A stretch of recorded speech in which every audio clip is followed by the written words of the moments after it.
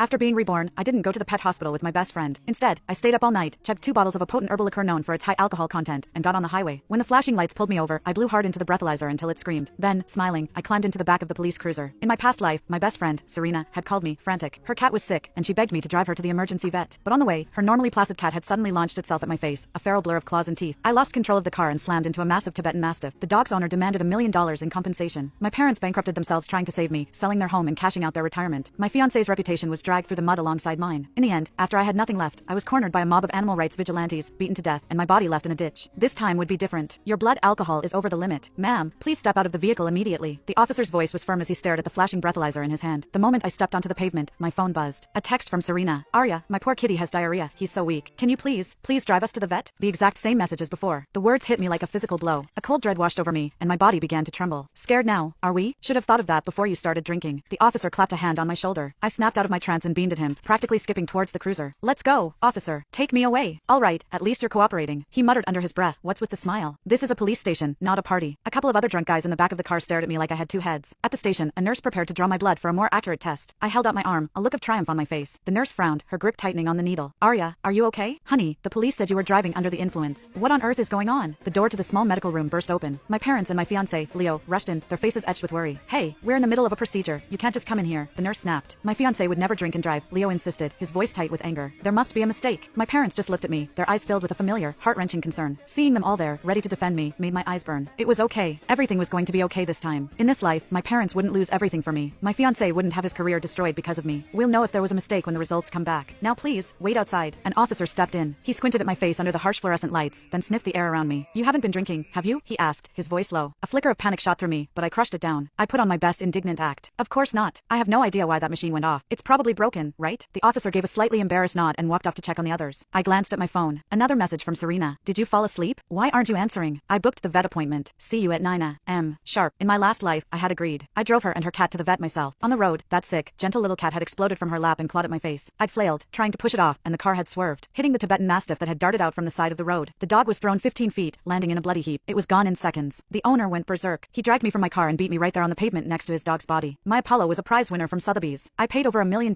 for him, and you killed him. Are you blind? He screamed, his face purple with rage. I don't care what happens. You will pay me back every single cent. Bystanders gathered, but no one intervened. They just pointed and whispered. The road is wide open. How do you even manage to hit a dog? She must have done it on purpose. Probably just got dumped and decided to take it out on the world. I tried to explain about the cat, that it startled me, that it was an accident. But Serena, stroking the creature in her arms, immediately shot me down. What are you talking about? You swerved on purpose. Don't you dare blame my poor, sick cat for your recklessness. There were no security cameras on that stretch of road. With Serena and the dog owner both pointing the finger at me, I was doomed. My family and Leo were ruined along with me. And